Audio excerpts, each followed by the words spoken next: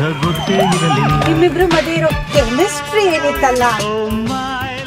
Big boss ಮನೆ ಅಂದ ಕೂಡಲೇ ಅಲ್ಲಿ ಲವ್ ಸ್ಟೋರಿಗಳು, ಜಗಳಗಳು, ಬ್ರೇಕಪ್ಗಳು ಎಲ್ಲನೂ ಕೂಡ ಕಾಮನ್. ಆದರೆ ಬಿಗ್ ಬಾಸ್ ಸೀಸನ್ 12ರಲ್ಲಿ ಕಾವ್ಯ ಗಿಲ್ಲಿ ಅನ್ನೋ ಒಂದು ಲವ್ ಸ್ಟೋರಿ ಯಾವ ಮಟ್ಟಕ್ಕೆ ವೈರಲ್ ಆಗ್ತಿದೆ ಅಂದರೆ, ಹೊರಗಡೆ ನೋಡ್ಬೋದು ಕರ್ನಾಟಕದಾದ್ಯಂತ ಗಿಲ್ಲಿ ಕಾವ್ಯ ಅಂತಾನೆ ಮಾತಾಡ್ತಾರೆ. ಆದರೆ ಮನೆ ಒಳಗೆ ಗಿಲ್ಲಿಗೆ ಎಲ್ಲರೂ ಕೂಡ ಕಾವ್ಯನ ಹಿಡ್ಕೊಂಡು ಆಟಾಡ್ತಿದ್ದಾನೆ, ಬರೇ ಕಾವ್ಯ ಕಾವ್ಯ ಅಂತಾನೆ, ಇನ್ನುಳಿದಂತೆ ಒಂದು ಏನೂ ಕೂಡ ನಡೀತಾ ಇಲ್ಲ ಅಂತ ಹೇಳಿದ್ರು ಕಾವ್ಯನ ಎಲ್ಲೂ ಕೂಡ ಬಿಟ್ಕೊಟ್ಟಿಲ್ಲ ಗಿಲ್ಲಿ ಇಲ್ಲ ಅಂದ್ರೆ ಈ ಸೀಸನ್ ಇಲ್ಲ ಅಂತ ಹೇಳಿ ತುಂಬಾ ಜನ ಮಾತಾಡ್ತಿದ್ದಾರೆ. ಆದ್ರೆ ಗಿಲ್ಲಿ ತನ್ನ ಆಟವನ್ನು ಆಡ್ತಿದ್ದಾನೆ. ಕಾವ್ಯ ಎಲ್ಲಿ ಕೆಳಗಡೆ ಬೀಳ್ತಾಳೋ ಆ ಸಮಯದಲ್ಲಿ ಅವಳ ಕೈಯನ್ನ ಎತ್ತಿ ಹಿಡಿದು ಮೇಲೆತ್ತುವಂತ ಕೆಲಸವನ್ನು ಕೂಡ ಮಾಡಿದ್ದಾನೆ.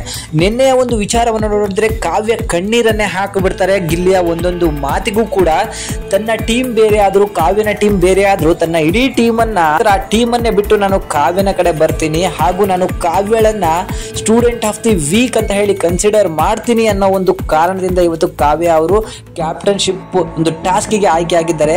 ಆ ಸಮಯದಲ್ಲಿ ಗಿಲ್ಲಿ ಅವರು ಆಡ್ತಾರೆ. ಆ ಮಾತುಗಳನ್ನ ಕೇಳಿಸ್ಕೊಂಡು ಕಾವ್ಯನಿಗೆ ಕಣ್ಣಲ್ಲೆಲ್ಲ ನೀರು ಬಂದ್ಬಿಡುತ್ತೆ. ಇದೇ ಅಲ್ವಾ ಪ್ರೀತಿ ಅನ್ನೋದು. ಆದ್ರೆ ಗಿಲ್ಲಿ ಅಂತಹ ಪ್ರೀತಿ ಮಾಡುವಂತ ಹುಡುಗ ಎಲ್ಲರಿಗೂ ಕೂಡ ಸಿಗೋದಿಲ್ಲ. ಯಾಕಂದ್ರೆ ಎಂತಹ ಸಮಯದಲ್ಲೂ ಕೂಡ ಕಾವ್ಯನಿಗೆ ಬಿಟ್ಕೊಟ್ಟಿಲ್ಲ. ಕಾವ್ಯ ಎಲ್ಲರ ಬಳಿ ಹೋಗ್ಬಿಟ್ಟು ರಿಕ್ವೆಸ್ಟ್ ಮಾಡ್ತಾರೆ, ನನಗೆ ವೋಟ್ ಹಾಕಿ ಅಂತ. ಆದ್ರೆ ಗಿಲ್ಲಿ ಮಾತ್ರ ತನ್ನ ಟೀಮಿಂದ ಹೊರಗಡೆ ಬಂದು ಕಾವ್ಯನಿಗೆ ವೋಟ್ ಹಾಕ್ತಾನಲ್ಲ, ಅಲ್ಲಿ ಒಂದು ಮಾತು ಹೇಳ್ತಾನಲ್ಲ, ನಾವಿಬ್ರು ಜೋಡಿಯಾಗಿದ್ದಾಗ ಕಾವ್ಯನ ಬಗ್ಗೆ ನಾನು ತುಂಬಾ ತಿಳ್ಕೊಂಡಿದ್ದೀನಿ. ಅವಳು ಒಂದು ನಿರ್ಧಾರಕ್ಕೆ ನಿಂತಲು ಅಂದ್ರೆ ಆ ನಿರ್ಧಾರದಿಂದ ಹೊರಗಡೆ ಬರೋದಿಲ್ಲ. ಅವಳು ಒಂದ್ ಕಡೆ ಸೋತ್ರು ಕೂಡ ಅದರಿಂದ ಬೇಜಾರು ಮಾಡ್ಕೊಂಡು ಎಲ್ಲೋ ನಾನು ಸೋತ್ಬಿಟ್ಟೆ ಅಂತೇಳಿ ಸುಮ್ಮನೆ ಕೂರೋದಿಲ್ಲ. ಅವಳು ರೆಬೆಲ್ ಆಗಿ ಹೊರಗಡೆ ಬರ್ತಾಳೆ. ಅವಳು ಈ ಮನೆಯ ಕ್ಯಾಪ್ಟನ್ ಆಗ್ಬೇಕಂತ ಹೇಳಿ ನನಗೆ ತುಂಬಾ ಆಸೆ ಇದೆ ಅಂತ ಹೇಳಿದಾಗ ಕಾವ್ಯನ ಕಣ್ಣಲ್ಲಿ ಪಳಪಳ ನೀರು ಬಂದ್ಬಿಡುತ್ತೆ. ಯಾಕಂತ ಹೇಳಿದ್ರೆ ಎಷ್ಟೋ ಜನಕ್ಕೆ ನಾನು ರಿಕ್ವೆಸ್ಟ್ ಮಾಡ್ಕೊಂಡ್ರೆ, ಬಟ್ ಅವ್ರು ಯಾರೂ ಕೂಡ ನನ್ನ ಕೈ ಹಿಡಿಲಿಲ್ಲ. ಆದರೆ ಗಿಲ್ಲಿ ಅನ್ನೋ ಒಬ್ಬ ವ್ಯಕ್ತಿನ ನನ್ನ ಎಷ್ಟರ ಮಟ್ಟಿಗೆ ಅವನು ಹೊಗಳಿ ನನಗೆ ಒಂದು ಕ್ಯಾಪ್ಟನ್ಶಿಪ್ಗೆ ಒಂದು ವೋಟ್ ಹಾಕ್ದ ಅಂತ ಹೇಳಿ ಅವ್ರ ಕಣ್ಣಲ್ಲಿ ನೀರು ಬರುತ್ತೆ. ಆ ಕಣ್ಣೀರನ್ನು ಕೂಡ ಒರೆಸ್ಕೊಂಡು ಗಿಲ್ಲಿಗೆ ಒಂದು ಸ್ಮೈಲ್ ಅನ್ನ ಕೊಡ್ತಾರೆ.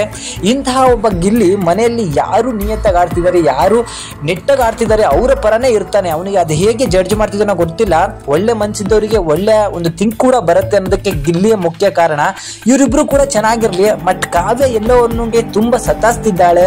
ಅದು ಬೇಕು ಅಂತ ಅವನಿಗೆ ಉರ್ಸ್ಬೇಕಂತ ಗೊತ್ತಿಲ್ಲ. ಅವಳಿಗೂ ಕೂಡ ಅವನ ಮೇಲೆ ದೊಡ್ಡ ಮಟ್ಟದ ರೆಸ್ಪೆಕ್ಟ್ ಇದ್ದೇ ಇದೆ.